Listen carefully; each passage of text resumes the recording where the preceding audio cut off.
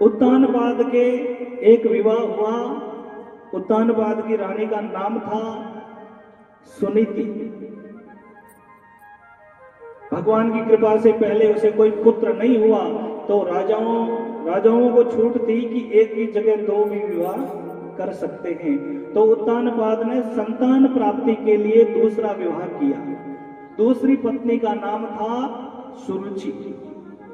अब ध्यान देना, सुनीति का अर्थ है जो सही नीति से, जो धर्म की नीति से चले उसे सुनीति कहते हैं। और जो सुरुचि है, सुरुचि का अर्थ है जो मन की रुचि से जो चले उसे सुरुचि कहते हैं।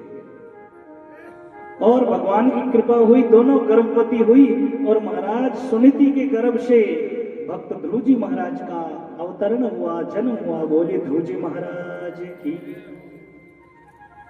और सुरुचि के गर्भ से एक बालक का जन्म हुआ जिसका नाम था उत्तम। दोनों रानियों के स्वभाव में फर्क था महाराज। ये सुनीति बड़ी सीधी सादी सरल स्वभाव की थी और ये सुरुचि थी थोड़ी चंचल थी, थोड़ी चापटर थी महाराज। घर में दो देरानियां जेठानियां हुए ना, एक थोड़ी सीधी हुई, एक थोड़ी होशियार हुए महाराज। तो वठे जेठानी है जबकि तो सीधी सादी है, लेकिन देरानी थोड़ी होशियार है महाराज। सुनीति भगवान की भक्त है, पतिव्रता नारी है, लेकिन ये जो दूसरी रानी आई है जो सुरुचि है ये बड़ी थोड़ी होशियार थी और कुछ कह करके सुनीति को घर से बाहर निकलवा दिया महाराज। अब ये ध्रुव की मां सुनीति और ध्रुव दोनों अलग स्थान पर रहने लगे। अब महाराज ये उत्तानपाद चाहता है कि मैं मेरे पुत्र ध्रुव के साथ में रहूं, लेकिन अब जो दूसरा विवाह हुआ है तो उसके मुंह में फंस गया, दूसरी पत्नी के मुंह में फंस गया। तो महाराज चाहकर भी कुछ कर नहीं सका महाराज। अब महाराज समय निकलता है, ध्रुव जी महाराज 5 साल के हुए। एक दिन क्या हुआ, ध्रुव जी महाराज खेल रहे थे अपने मित्रों के साथ में। तो ध्रुव जी महाराज का एक मित्र था जिसके पिता आए उसको लेने के लिए। ध्रुव जी महाराज रे मित्र रे पिता आया, अभी मित्र ने ले जाने वास्ते। तो ध्रुव जी महाराज ने प्रसन्न किया कि आप अपने बेटे को लेने के लिए आए हो, आप एक कृपा करो, मुझे भी मेरा पिता लेने के लिए कभी आता नहीं है। मुझे भी बड़ी इच्छा हो रही कि मेरा पिता आए और मुझे गोद में उठाकर अपने घर लेकर जाए। क्योंकि ध्रुव जी महाराज छोटे थे तब घर से बाहर निकलवा दिया तो कभी देखा नहीं उत्तानपाद को। तो ध्रुव जी महाराज के मन में ये बड़ी अभिलाषा हुई। तो उस मित्र के पिता ने कहा कि ध्रुव, तेरा पिता राजा उत्तानपाद है, तुझे पता नहीं है? ध्रुव जी महाराज ने कहा मुझे पता नहीं, माँ ने कभी बताया नहीं। आज आप हर में मेरे मित्र को लेने के लिए आते हो तो मेरे मन में भी बड़ी इच्छा है कि मेरा पिता मुझे लाड़ प्यार देंगे, बड़ी इच्छा हो रही है। तो जैसे ही मित्र के पिता ने ध्रुव जी को बताया तो ध्रुव जी महाराज वहां से दौड़े दौड़े गए, राजा उत्तानपाद के पास जाकर उत्तानपाद के गोद में खेलने लग गए। राजा उत्तानपाद चाहता है कि मैं मेरे बेटे को साथ में खेलूं, उसको लाड़ दूं, जो बच्चे को पिता का आशीर्वाद मिलना चाहिए वो सब दूं। लेकिन महाराज उत्तानपाद के गोद में दूसरा बेटा उत्तम भी बैठा था। थोड़ी ही देर में उत्तानपाद की दूसरी रानी थी, उसने देखा कि ध्रुव अपने पिता की गोद में खेल रहा है। तो उस सुरुचि को ये बात हजम नहीं हुई और उसने आव देखा ना ताव और झट से ध्रुव को हाथ पकड़कर ध्रुव को नीचे पटक दिया महाराज और कहा, ध्रुव तू इस गोद का हकदार नहीं है, क्योंकि तू उस अभागिन का बेटा है। ध्रुव जी महाराज को बहुत भरे भले बुरे शब्द कहे, लेकिन ध्रुव जी महाराज को कोई शब्द बुरा नहीं लगा, लेकिन एक शब्द बुरा लगा। कौन सा? ध्रुव जी महाराज की मां को अभागिन कहा। फिर भी ध्रुव जी महाराज ने अपनी मां को कुछ बताया नहीं, क्योंकि बड़े समझदार थे। उत्तानपाद की एक दासी थी महाराज, उसने ये सब देखा और वो दासी ध्रुव जी महाराज की मां को जाकर कहती है सब बात कि सुरुचि ने ध्रुव को पटका, ऐसे ऐसे जो किया वो सब बताया। तो सुनीति ने ध्रुव को पूछा कि बेटा ध्रुव वहां पर क्यों गया तू? अपने पिता के पास। तो ध्रुवजी महाराज ने कहा कि मेरी भी बड़ी इच्छा हो रही कि मैं मेरे पिता के गोद में खेलूं। दूसरे बच्चे भी खेलते, मेरे मित्र जितने उनके सबके पिता आते हैं, उनको लेकर जाते हैं, मुझे क्यों नहीं? मुझे भी बड़ी इच्छा हो रही, मैं पिता के साथ में रहना चाहता हूं मां। और दूसरी मां सुरुचि ने मुझे बहुत भले बुरे शब्द कहे और मुझे वो तो बुरे नहीं लगे, लेकिन आपके बारे में मुझे अभागिन कहा, ये मुझे बहुत बुरा लगा और मैं तो मेरे पिता की गोद में बैठना चाहता हूं। ध्रुवजी महाराज ने बड़े भाव भरे शब्द कहे। देखो, शब्द हमेशा भाव भरे बोलने चाहिए, शब्द संभाल कर बोलना चाहिए। द्रौपदी ने एक ही शब्द निकाला, महाराज, अंधों के अंधे ही जन्मते हैं, महाभारत हो गया। जब ये जबान से ये शब्द रूपी बाण छूटते हैं, ये वापस नहीं लिए जाते महाराज। शब्द संभाल कर बोलिए, शब्द संभाल कर बोलिए और शब्द के हाथ न पाओ। एक शब्द औषध करे, एक शब्द करे घाव। इसलिए मैं तो कहता हूं, शब्द घाव भरे नहीं, शब्द भाव भरे होने चाहिए। किसी को कुछ कहो तो मीठा शब्द बोलकर बोलिए, ताकि उसके मन में ये अभिलाषा जगे कि ये एक बार और बोले तो अच्छा लगे। क्योंकि शब्द जब बोले जाते हैं, शब्दों के ना हाथ होते हैं ना पैर होते हैं, ये तो फिसल जाते हैं और फिसलने के बाद में कुछ भी नहीं महाराज, उसका परिणाम बहुत बुरा होता है। इसलिए शब्द किसी को कुछ वाणी बोलो तो अच्छी बोलो, मीठी बोलो, नहीं तो बोलनी नहीं चाहिए महाराज। शब्दों में बड़े घाव होते हैं, लाठी से मार लगती है वो ठीक हो जाती है, लेकिन शब्दों की चोट बहुत गहरी होती है महाराज, वो कभी मिटती नहीं है। ध्रुवजी महाराज को ये शब्द बड़ा बुरा लगा, लेकिन वो तो सुनीति है, वो तो धर्म के मार्ग पर चलने वाली है। ध्रुवजी महाराज की मां वो कह रही है, बेटा ध्रुव, तेरी मां ने कुछ गलत नहीं कहा, तेरी छोटी मां ने कुछ गलत नहीं कहा बेटा। और एक अब 2025 की मां की कहते हुए तो जीणो आराम हो जावे महाराज, लेकिन वो सुनीति है, वो सही नीति, धर्म की नीति से चलने वाली मां है।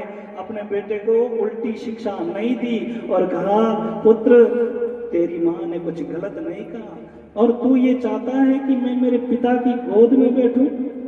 अरे बेटा, धर्म ये कहता है कि यहाँ पर संसार के जो पिता हैं वो हमेशा नहीं रहते, वो जन्म लेने के बाद में पिता बनते हैं। अरे जगत का पिता तो वो है परमेश्वर। अगर गोद में बैठना है तो उस ईश्वर की गोद में बैठ, इस संसार के पिता की गोद में बैठने से कल्याण नहीं होने वाला। अब जैसे ही धर्म की बात कही, अब संतान को, बेटा बेटियों को जो संस्कार देंगे वही बेटों में उत्पन्न होंगे। ध्रुवजी महाराज के मन में भक्ति उत्पन्न हुई महाराज, भगवान के प्रति विश्वास हो गया कि मेरी मां कभी गलत नहीं कही, और कहा कि मैया ये जगत के पिता कहाँ रहते हैं बताइए, मैं तो अभी जाऊं। सुनीति ने कहा, ये जगत के पिता ऐसे नहीं मिलते, ये जगत के पिता हैं, ये ऐसे दर्शन भी नहीं देते, ऐसे नहीं मिलते। ध्रुवजी महाराज ने कहा, मिलेंगे कहाँ, वो तो बताइए कैसे मिलेंगे। मां सुनीति ने धर्म का पाठ पढ़ाया अपने पुत्रों को। ये सुनीति मां है महाराज, ये अपने बेटों को धर्म का पाठ कराएगी, धर्म सिखाएगी कि धर्म क्या है, धर्म के आचरण पर चलना चाहिए। लेकिन एक आपा हाँ जगह हमारे बेटा ने कहीं सिखावा, मात पिता बालक ही बुलावही, उधर भरे सोई धर्म सिखावही। बेटा पेट किया भरी जाएगी तो धर्म जरूर सिखावा, बाकी कोई धर्म नहीं, मंदिर जाना है, तीर्थ करना है, व्रत करना है, मंदिरों में जाकर भगवान की स्तुति करो, आरती करो, धूप दीप करो, ये कभी कोई सिखाता नहीं है। ये कलयुग का प्रभाव है महाराज। अपने बच्चों को अच्छे संस्कार दीजिए, अच्छा ज्ञान दीजिए, जैसे सुनीति अपने पुत्र ध्रुव को दे रही है, तभी कल्याण है। सुनीति कह रही है, पुत्र इस संसार में कुछ भी नहीं रखा है, अगर बैठना है तो उस जगत पिता के गोद में बैठ, वहां से वापस आना जाना नहीं होता, वो परमानेंट है। ये संसार के पिता कभी परमानेंट नहीं हो सकते। ये तो सब कर्मों के फल हैं, जितना जिसने लिया उतना वापस देने के लिए वहां पर जन्म लेना पड़ता है, ये संसार है। ध्रुव जी महाराज ने कहा, मुझे उस जगत के पिता की गोद में बैठना है, आप मुझे बताइए वो मिलेंगे कहां। ध्रुव जी महाराज ने मन ही मन निश्चय कर लिया कि माँ जो कह रही है वो सही कह रही है और मैं जगत के पिता की गोद में ही बैठ कर रहूंगा। माँ को पूछा, माँ ने कहा, बेटा ये भगवान ऐसे नहीं मिलते। बोले किस तरह से मिलते हैं मुझे बताइए, मैं प्राप्त करूंगा। माँ सुनीति ने कहा कि बेटा ये भगवान अनंत भक्ति करने से ही प्राप्त होते हैं, ये तभी दर्शन देते हैं जब हम सब संसार को छोड़कर भगवान की अनंत भक्ति करेंगे, अनंत भक्ति करेंगे, इस संसार की मोह माया को छोड़ देंगे, तब भगवान दर्शन देंगे। तो बोले अभी भक्ति कहाँ करनी चाहिए? बोले एकांत में करनी चाहिए, जहां पर कोई आकर भक्ति में बाधा ना बने। भजन करते वक्त बीच में कोई आकर भजन से उठाए ना, ऐसी भक्ति होनी चाहिए बीच में। और वो भक्ति होती है जंगलों में, जहां पर कोई आकर परेशान नहीं करता, क्योंकि संसार में रहने से, घर में रहने से घरों की वस्तुओं में मन जा ही जाता है। इसलिए सबको छोड़कर जंगलों में जाकर भक्ति की जाती है। बोले मुझे भी भक्ति करनी है। ध्रुव जी महाराज क्या कह रहे हैं? ध्रुव जी महाराज के भाव देखो, वो कह रहे हैं मुझे भक्ति करनी है, मैं अभी जंगल में जाता हूं। माँ ने कहा, अरे बेटा तू अभी छोटा है, तू बहुत छोटा है, तू जंगलों में जाएगा अकेला, कहां पर कैसे रहेगा, ये तेरे बस की बात नहीं है, बड़ा हो जाएगा तब कर लेना भक्ति। ध्रुव जी महाराज ने कहा, नहीं माँ, मुझे भगवान प्राप्त करने हैं। ध्रुव जी महाराज को माँ सुनीति ने जैसे तैसे मनाया, रात्रि हो गई और सुनीति और ध्रुव जी महाराज अब सोए हैं, लेकिन ध्रुव जी महाराज को उस रात नींद नहीं आई, क्योंकि जिसको भगवान प्राप्त करना है वो सोएगा नहीं।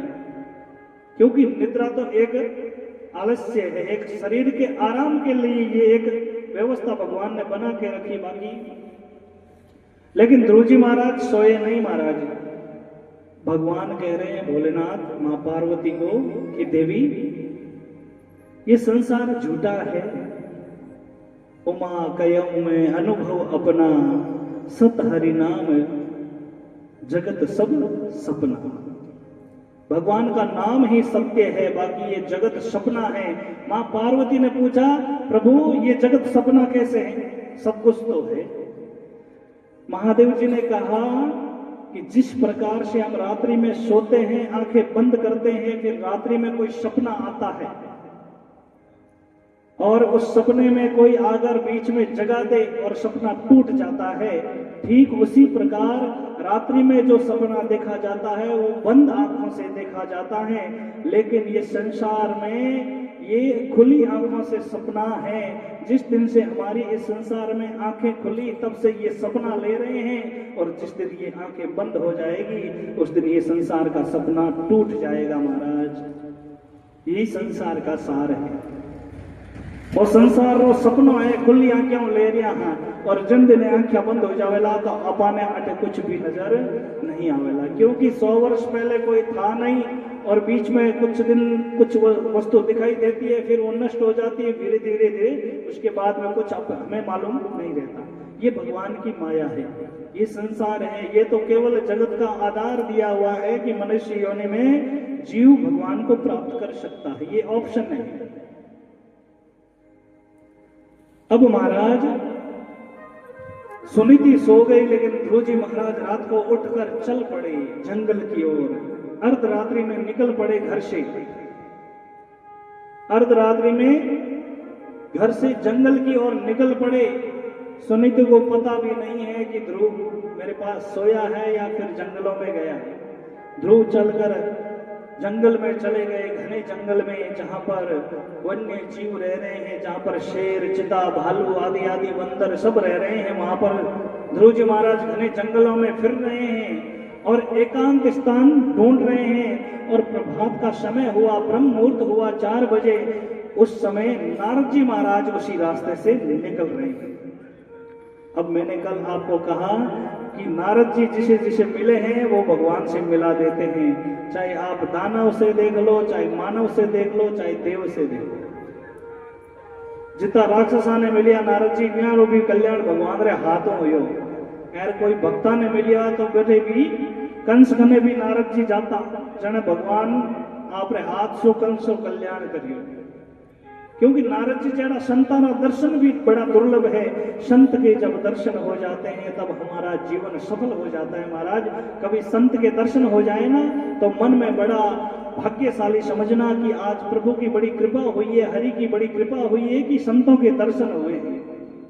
संत समागम हरि कथा और तुलसी दुर्लभ दोय। संत मिलना ही बड़ी सौभाग्य की बात है। संत माने सज्जन पुरुष। बोलो आप में मिल जावे नहीं जनाओ हो चनो कि भगवान री कृपा हुई है मार माते घनी।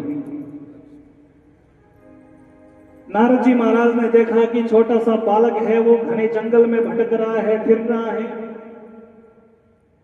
और इस घने जंगल में ये बालक अकेला ही फिर रहा है। इसका मतलब ये संकट में है या गुम हो गया है, माता पिता से भटक गया होगा, इसको जीव जानवर खा जाएंगे। तो नारद जी महाराज तुरंत ध्रुव जी महाराज के पास जाते हैं और कहा बेटा इस अंधेरे में इस जंगल में क्या कर रहे हो इतना जल्दी तुम?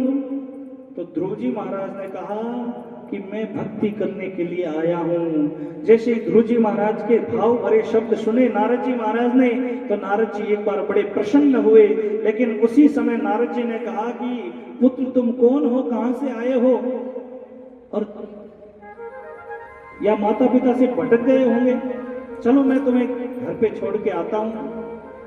ध्रुव जी महाराज ने कहा मैं राजा उत्तानपाद का बेटा हूं और सुनीति मेरी मां का नाम है और मेरा नाम ध्रुव है और मैं भगवान की भक्ति करने के लिए आया हूं, वापिस जाने के लिए नहीं आया। नारद जी प्रसन्न हुए हैं कि कोई तो भक्त है जो भगवान को प्राप्त करना चाहता है। उसी समय नारद जी महाराज ने मन में विचार किया कि ये छोटा सा बालक है, इसकी उम्र खेलने कूदने की है और ये जंगल में भक्ति करने के लिए आया है, इसको कोई जानवर खा जाएगा। नारद जी ने समझाया बेटा तू अभी खेलने लायक है, अभी तेरी भक्ति करने की उम्र नहीं है। लेकिन ध्रुव जी महाराज ने दृढ़ निश्चय कर लिया। नारद जी ने बार बार परीक्षा की। ध्रुव जी महाराज ने एक ही शब्द कहा कि मुझे जगत के ईश्वर की गोद में बैठना है। आप मुझे बताओ कि जगत के ईश्वर की गोद में कैसे बैठे जाते हैं, वो कैसे मिलेंगे, आप मुझे उपाय बताइए, मार्ग बताइए। नारद जी बड़े प्रसन्न हुए। उसी समय नारद जी ने कहा बेटा ध्रुव भगवान प्राप्त हो जाएंगे, इसमें कोई दो राय नहीं है, लेकिन सबसे पहले व्यक्ति गुरुमुखी होना अति आवश्यक है। गुरु के बिना मुक्ति संभव नहीं है। गुरु के पास युक्ति भी है, मुक्ति भी है। जो गुरु की शरण ले लेता है उसको मुक्ति मिल जाती है। गुरु के पास युक्ति भी होती है, मुक्ति भी होती है। अगर कोई भटक जाए तो गुरु की चरण शरण लेनी चाहिए। एक कोई महाराज थे, उन महाराज का एक कोई चेला था, नया नया चेला बना महाराज। गुरु जी ने कहा कि जाओ कहीं से भिक्षा मांग कर लेकर आओ। तो गुरु जी का शिष्य गया एक जगह, जाकर दरवाजा बजाया कि भिक्षा दही। तो उस व्यक्ति ने भिक्षा देने के लिए दरवाजा खोला और पूछा भाई कौन हो? बोले महाराज का शिष्य हूँ, महाराज ने भेजा है और भिक्षा देनी है।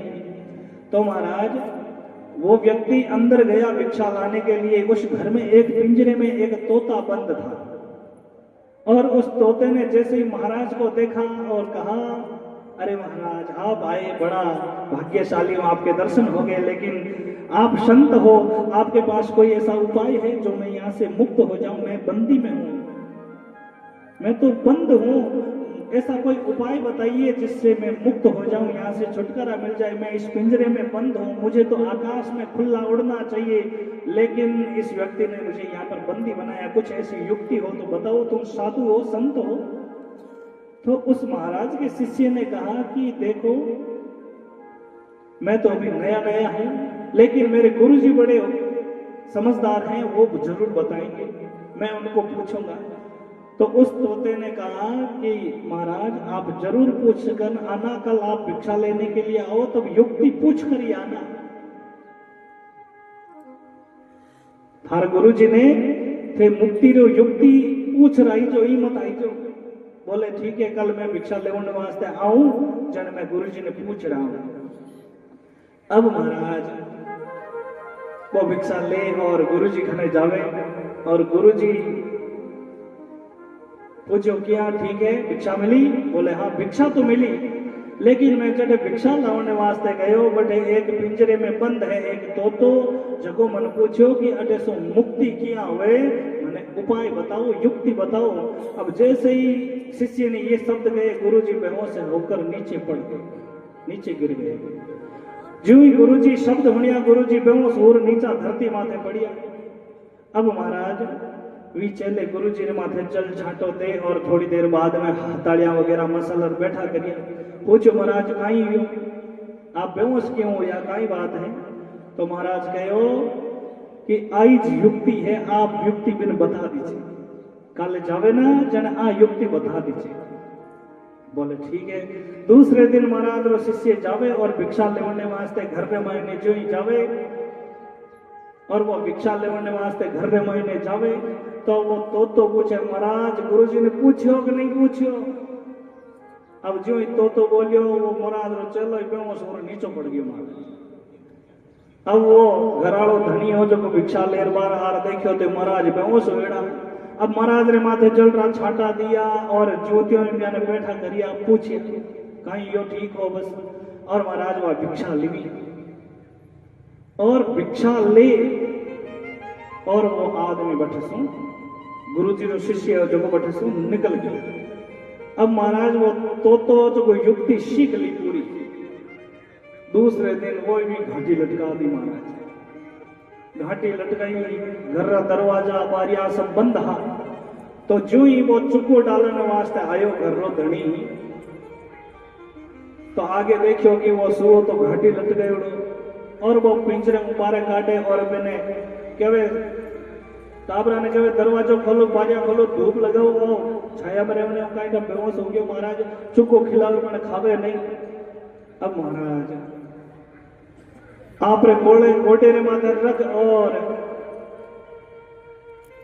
बीरे जल रहा छाटा देवे, लेकिन फिर भी वो उबो नहीं हुए, तो बिने धरती माथे रखियो महाराज, और जो ही धरती माथे रखियो सुलायो, देखियो वो तो काम आई गयो, और बिन मौको देखता ही महाराज बटे शू आपरा पंख फैलाया, और उड़ान भरी महाराज आकाश रे महीने उड़ने लगे। तो गुरु के पास युक्ति है, गुरु की चरण शरण लेनी चाहिए, गुरु के बिना मुक्ति नहीं है। तो नारद जी महाराज कह रहे हैं बेटा ध्रुव, पहले गुरु होना अति आवश्यक है, व्यक्ति गुरुमुखी होना बहुत जरूरी है। ध्रुव जी महाराज ने कहा कि आप मुझे मार्गदर्शन करा रहे हैं, इसका मतलब जो मार्ग बताता है वही गुरु है, और आप मेरे गुरु हो, मैंने मन से माना, अब आप मुझे गुरु दीक्षा दीजिए और गुरु शिक्षा भी दीजिए, और भगवान को प्राप्त कैसे किया जाए वो युक्ति भी बता दीजिए। ध्रुव जी महाराज के वचन सुनकर बड़े प्रसन्न हुए नारद जी महाराज, और नारद जी महाराज ने सर्वप्रथम गुरु दीक्षा ली, और नारद जी महाराज ने ध्रुव जी को गुरु मंत्र भी दिया। कौन सा मंत्र? किस मंत्र दियो बताओ?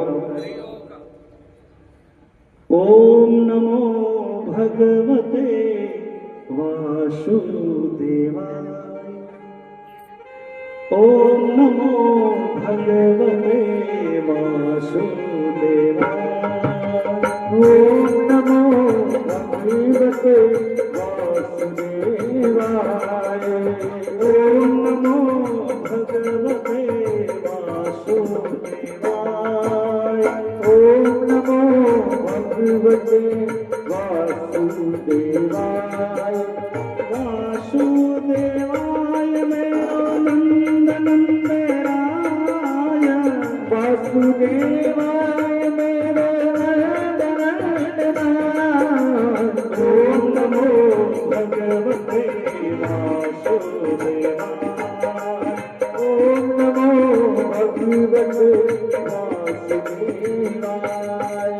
ओम नमो भगवते वासुदेवाय। नारद जी महाराज ने भागवत गायत्री मंत्र का उपदेश दिया। इसे भागवत गायत्री मंत्र भी कहा जाता है। कौन से मंत्र को? ओम नमो भगवते वासुदेवाय। इसे भागवत गायत्री मंत्र भी कहते हैं और इसे द्वादशी अक्षर मंत्र भी कहते हैं, क्योंकि इसमें 12 अक्षर है, 12 अक्षर है।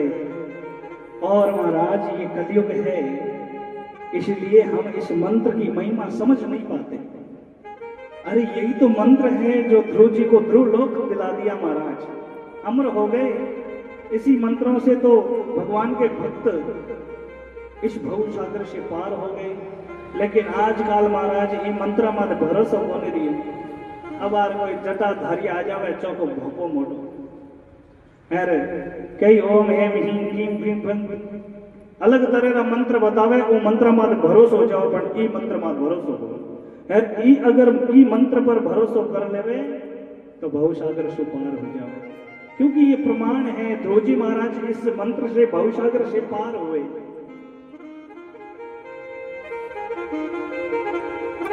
ई भागवत कथा में थाने 2 बात तो सीख कर जानी है। पहला गुरुमुखी और दूसरो और भगवान रो मंत्र, ये तो 2 चीज छोड़नी नहीं है। बैठा रोजन अपारे ओम नमो भगवते वासुदेवाय ये तो जरूर बोलना। इनसु कल्याण हो जावेला महाराज। जीवन में कोई संकट बाधा आई तो इनसु टल जावेला। थोड़ो संकट तो आवेला, लेकिन भगवान रो प्रसाद समझकर भगवान ने याद कर कर उन्हें स्वीकार कर लीजो। और उन एक संकट रे आगे भगवान रा चरण है, वे अपने बहुत जल्दी मिल जावेला अगर भगवान ने भूलोला नहीं तो। ध्रुव जी महाराज ने वो मंत्र ग्रहण किया और नारद जी को प्रणाम किया कि हे नारद जी अब मुझे क्या करना चाहिए। नारद जी महाराज ने कहा बेटा ध्रुव आज से तू इस मंत्र का जाप कर, तुझे नारायण के दर्शन होंगे, वो भगवान मिल जाएंगे। मधुवन में गए ध्रुव जी महाराज और ध्रुव जी महाराज ने भक्ति प्रारंभ की। जैसे ही भक्ति प्रारंभ की तो उन्होंने पहले ही अन्न छोड़ दिया। दूसरे महीने भक्ति प्रारंभ हुई और जल छोड़ दिया। तीसरे महीने में अन्न जल दोनों का त्याग किया और पेड़ पत्ते खाने प्रारंभ किए। और धीरे धीरे महाराज जैसे चौथा महीना लगा पेड़ पत्ते भी त्याग दिए। 5वें महीने में वो श्वास को रोक लेते हैं अपने मस्तिष्क में, अपने माथे में प्राणों को रोक लेते हैं और अपने पैर के एक अंगूठे पर तपस्या करते हैं। 6ठे महीने में सारी सृष्टि का जो वायु वातावरण है वो रुक जाता है। देवता घबरा जाते हैं और देवता भगवान नारायण की स्तुति करते हैं। भगवान नारायण देवताओं को दर्शन देते हैं। देवता प्रार्थना करते हैं प्रभु नारायण आपका एक भक्त है मृत्यु लोक में जो 6 महीनों से अखंड भक्ति कर रहा है, आप जाकर उन्हें दर्शन क्यों नहीं देते प्रभु, सृष्टि का सारा संतुलन गड़बड़ हो जाएगा। उसने अपने प्राणों को रोक लिया है। भगवान नारायण कहते हैं देवताओं मैं भी कितना भाग्यशाली हूं, भक्त मेरे दर्शन करने के लिए आते हैं वो तो ठीक है, लेकिन एक ऐसा भक्त है जो 5 साल की अवस्था में है, छोटा सा है, अखंड भक्ति कर रहा है। मैं भी बहुत भाग्यशाली हूं कि ऐसे भक्त के दर्शन मैं खुद करने जाऊंगा। भगवान के भाव भक्तों के प्रति।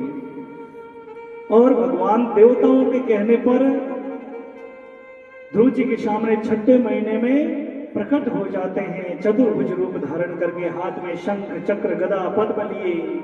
पद्म यानी कमल का फूल, पद्म कमल के फूल को कहते हैं। और ध्रुव को कहा कि बेटा ध्रुव आंखें खोल, मैं तुम्हारे सामने प्रकट हूं। ध्रुव जी ने आंखें तो खोली, पर छोटी अवस्था होने के कारण वे बोलना भूल गए, बोले नहीं कुछ और देखते रह गए प्रभु को। और भगवान ने कहा, बेटा ध्रुव कुछ मांग। तो ध्रुव जी बोल नहीं पाए। तो भगवान ने समझा कि ये एक छोटा बच्चा है, 6 महीने से एक ही मंत्र का जाप कर रहा है, इसलिए ये बोल नहीं पा रहा है। तो भगवान के हाथ में जो शंख था, जिसका नाम है 5 जन्य, उस शंख को ध्रुव जी महाराज के मुख से स्पर्श किया और ध्रुव जी महाराज बोल रहे, प्रभु आपको बारंबार नमस्कार है, बारंबार नमस्कार है। और भगवान ने कहा, बेटा ध्रुव कुछ मांग, मैं तुझे देने के लिए तैयार हूं। ये भगवान जब प्रकट होते हैं तो तुरंत ऐसे क्यों कहते हैं? तुरंत कहते हैं कि मांगो, वरदान मांगो। भगवान वो मांगने और लपड़ क्यों रखे? बताओ। भगवान भी परीक्षा लेते हैं कि ये मेरा भक्त क्या मांगेगा, इसने तपस्या की है, ये क्या मांग सकता है। भगवान भी वहां पर परीक्षा करते हैं। ध्रुव जी महाराज ने कहा, प्रभु अगर मुझे देना ही है तो ये मांगने की जो वृत्ति है ये हर लीजिए, मेरे मन में ये कभी ना आए कि मैं कुछ मांगू। लेकिन भगवान ने कहा, ध्रुव कुछ तो मांग। तो ध्रुव जी महाराज ने कहा कि मुझे इस संसार में कुछ भी इच्छा नहीं है, मैं तो केवल और केवल आपके चरणों में रहना चाहता हूं, आपके चरणों में खेलना चाहता हूं। प्रभु मैं आपका पुत्र हूं, इस संसार में नहीं रहना चाहता मैं। भगवान ने कहा, बेटा ध्रुव तेरी आयु अभी कुछ बाकी है, कुछ वरदान मांगना है तो मांग। भगवान भी हो जाए कि मांग मूंग की लारो छोटा हुए तो ठीक है, भगवान रे घना काम है महाराज, मांगियो दियो और फ्री। भगवान ने कटटे में, लेकिन भगवान भक्तों की परीक्षा लेते हैं। भक्त ध्रुव जी महाराज आज सफल हो गए, कहते हैं प्रभु मुझे और कुछ नहीं चाहिए, केवल आपकी चरण शरण चाहिए मुझे।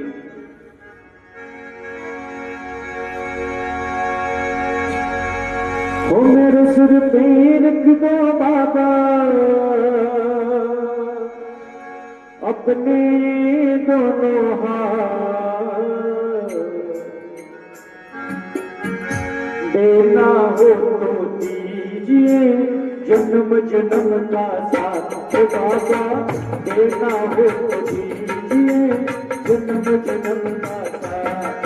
मेरे सिर पर रख दो बाबा,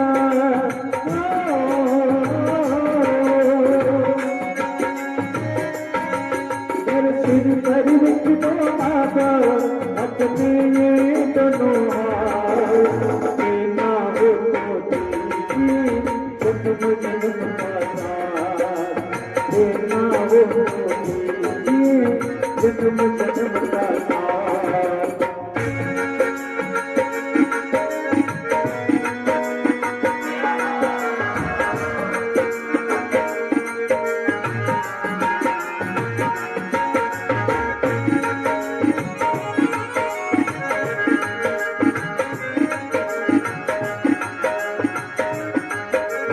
देने वाले श्याम प्रभु से और दौलत क्या मांगे। देने वाले श्याम प्रभु और दौलत क्या मांगे। देने वाले श्याम प्रभु से और दौलत क्या मांगे। देने वाले श्याम प्रभु और दौलत क्या मांगे। बोले आपसे मांगे तो फिर नाम और इज्जत क्या मांगे। नाम और इज्जत क्या मांगे। मेरे जीवन में अब कर दो, मेरे जीवन में अब कर दो दूसरी बाकी बरसात।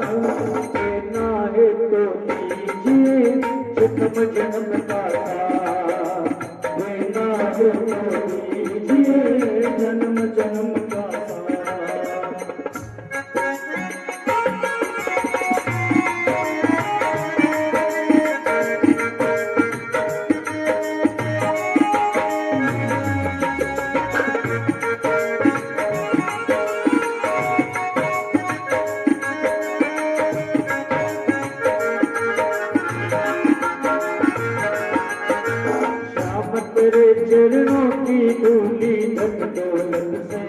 महंगी है। श्याम तेरे चरणों की धूली धन दौलत से महंगी है। श्याम तेरे चरणों की धूली धन दौलत से महंगी है। श्याम तेरे चरणों की धूली धन दौलत से महंगी है। एक नजर कृपा की रे बाबा नाम इज्जत से महंगी है। एक नजर कृपा की बाबा नाम इज्जत से महंगी है। वो मेरे दिल की तमन्ना यही है, वो मेरे दिल की तमन्ना यही है, करूँ सेवा तेरी दिन रात। देना हो तो दीजिए जन्म जन्म का साथ। देना हो तो दीजिए जन्म जन्म का साथ।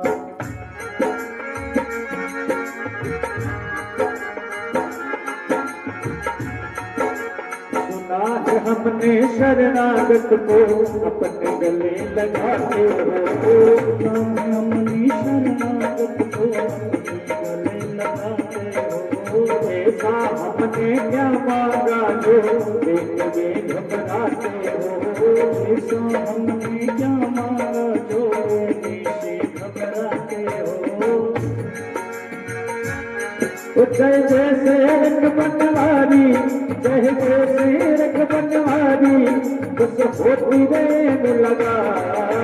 देना हो तो दीजिए जन्म जन्म का साथ। ओ बाबा देना हो तो दीजिए जन्म जन्म का साथ।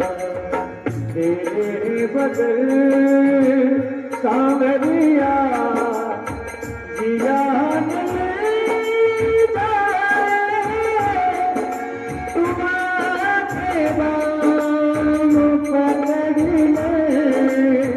तो कोई बात नहीं। तेरे बदल सांवरिया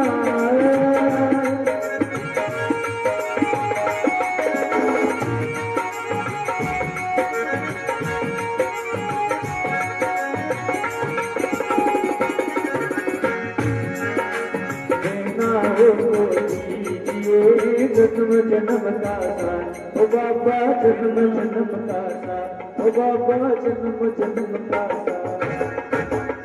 बोलिए भागवत भगवान की जय हो। तो महाराज ध्रुव जी महाराज भगवान से कह रहे हैं कि प्रभु अगर देना ही है तो आपके चरण शरण दीजिए। बाकी संसार की कोई इच्छा नहीं है, क्योंकि मैंने देखा है आपका संसार कैसा है, स्वार्थी है। सुर नर मुनि सब की यह रीति, स्वार्थ लागे करे सब प्रीति। तुलसीदास जी मानस जी में लिखा, सुर नर मुनि सब की यह रीति, स्वार्थ लागे करे सब प्रीति। देवताओं की, मानवों की, दानों की, हमारी संसार की ऐसी रीति है कि जटे स्वार्थ है वठे ही वे प्रीति कर बैठे, पठे प्यूं ही वे रिश्तो बनावे, बाकी कोई मतलब नहीं महाराज। इसलिए प्रभु देनी है तो आपकी चरण शरण हमेशा दीजिए। भगवान ने कहा ध्रुव तेरी भावना बहुत ऊंची है, इसलिए मैं तुझे आज्ञा देता हूं कि तेरे जीवन काल में जो काम है वो सब संसार के कार्य कर, पृथ्वी तल पर राज कर, और फिर मेरी कृपा से मेरे पार्षद आएंगे और तुझे ध्रुव लोक में स्थापित कर देंगे। और भगवान की कृपा से ध्रुव जी महाराज ने भगवान के दर्शन पाए। और यहाँ पर उत्तानपाद रो रहा है, कह रहा है मेरा पुत्र छोटा सा ध्रुव कहाँ गया पता नहीं।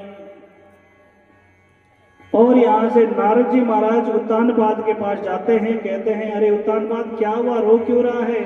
तो उत्तानपाद ने कहा कि मेरा एक छोटा सा बेटा है, ध्रुव नाम है, और उसकी दूसरी माता सुरुचि ने खरे खोटे शब्द कह दिए और वो बुरा मान गया, पता नहीं वो कहाँ गया, जंगलों में गया होगा, तो वहां पर जीव जानवर है वो खा गए होंगे, छोटे से बालक को कौन छोड़ेगा। नारद जी ने कहा उत्तानपाद तू बहुत भाग्यशाली है, तेरे घर में भगवान के भक्त ने जन्म लिया है और आज उसे नारायण के दर्शन हो गए। महाराज वो मधुवन में कठोर तपस्या कर रहा है। और जैसे ही पता चला कि ध्रुव ने भगवान के दर्शन पाए तो उत्तानपाद रथ लेकर सेना सहित अपनी दोनों रानियों को साथ में लेकर आता है ध्रुव जी महाराज को लेने के लिए और कहता है, पुत्र मैं बड़ा भाग्यशाली हूं कि तेरे जैसे पुत्र मेरे घर में आए। ध्रुव जी महाराज को रथ में बिठाया और नगर की परिक्रमा करवाई और कुछ समय तक नारद जी महाराज की कृपा से और भगवान नारायण की कृपा से ध्रुव जी ने पृथ्वी तल पर राज्य किया और फिर भगवान की कृपा से भगवान के पार्षद आए और ध्रुव लोक में ध्रुव जी को राजा बनाया दिया। ध्रुव जी महाराज ने मृत्यु को जीत लिया, उस शरीर ध्रुव लोक में स्थापित हुए, उनका नाम अजर अमर हुआ।